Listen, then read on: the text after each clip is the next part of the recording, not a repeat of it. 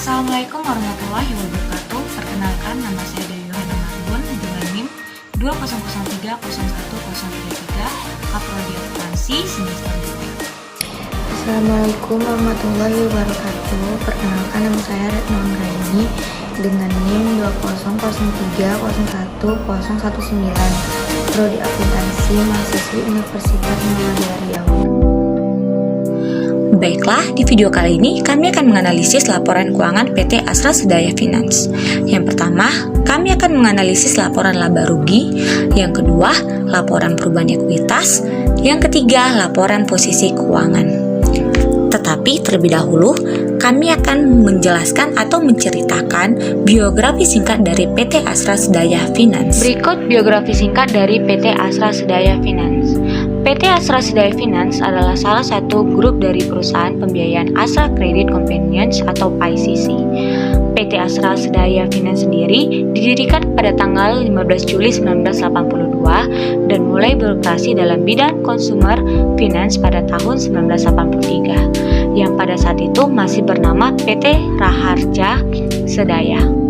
Astra Credit Convenience atau ICC adalah salah satu perusahaan pembiayaan terbesar dan terpercaya yang sudah berdiri sejak 1982 dengan pengalaman lebih dari 25 tahun dan didukung oleh lebih dari 2.300 dealer di lebih dari 30 kota serta dipercaya oleh lebih dari 670 customer. ICC memiliki fasilitas pembiayaan untuk semua kendaraan baru maupun kendaraan bekas. Seiring dengan perkembangan PT Asra Credit Company, pada tanggal 22 November 1989, pertemuan direksi PT yang ada bersepakat untuk bersinergi dan menggunakan nama Asra Credit Company untuk bagian dari operasional perusahaan. Namun, pada tahun yang sama, Asra Credit Company dirubah menjadi Asra Credit Convenience untuk menghilangkan salah pengertian konsumen yang menganggap Asra Credit Company sebagai suatu badan hukum, dan mulai tahun yang sama, Astra Credit Convenience digunakan sebagai brand nama PT Raharja Sedaya yang kemudian berganti nama menjadi PT Asra Sedaya Finance pada tahun 1990.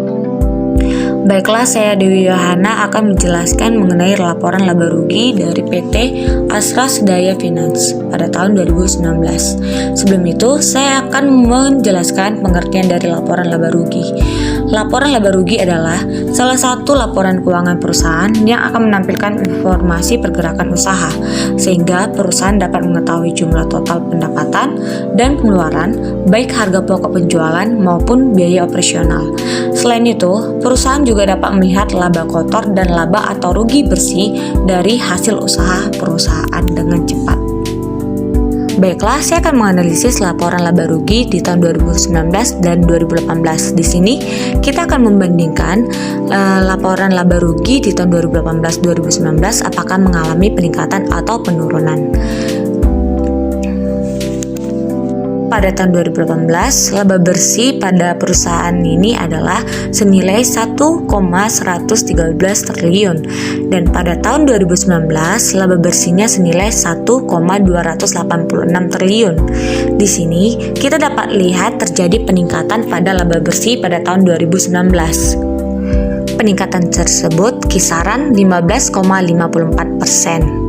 Selanjutnya laporan ekuitas. Sebelum itu, saya akan menjelaskan pengertian dari laporan ekuitas. Yang dimaksud dengan laporan perubahan ekuitas adalah salah satu jenis laporan keuangan yang bertujuan pembuatannya adalah agar perusahaan dapat menggambarkan peningkatan maupun penurunan dari aktiva bersih atau kekayaan dalam periode tertentu. Baiklah, di sini kita akan menganalisis laporan ekuitas dari PT Asra Sedaya Finance pada tahun 2018 dan 2019. Modal saham pada tahun 2019 yaitu sejumlah 2,24 miliar dan ditambah modal di sektor sejumlah 1,139 miliar dan saldo yang dicabangkan yaitu sejumlah 425 miliar dan jumlah total setelah kita tambah dan kita kurangi dari hasil yang kita dapat adalah sejumlah 147,847 miliar. Lalu kita tambahi dengan kepentingan non pengendalian yaitu sebesar 38,916 miliar dan kita mendapatkan hasil yaitu sebesar 186,793 miliar. Baiklah, saya Retno Anggraini akan menganalisis tentang laporan posisi keuangan. Laporan posisi keuangan atau biasa disebut dengan neraca merupakan laporan menunjukkan aset, liabilitas dan aktivitas perusahaan pada periode tertentu. Tujuannya untuk memudahkan analisis, evaluasi, serta memprediksi arus kas di masa mendatang.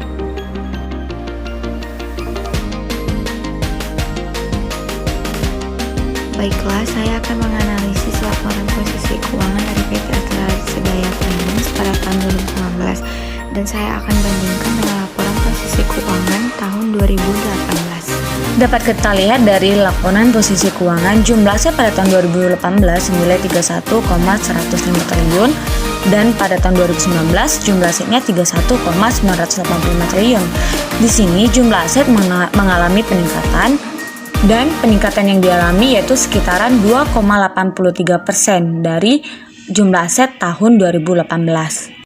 Baiklah, sekian dari hasil video kami. Semoga yang kami tampilkan dapat bermanfaat bagi kita semua. Saya Dewi Yohana Marbun bersama dengan teman saya Retno Anggraini mengucapkan Assalamualaikum warahmatullahi wabarakatuh.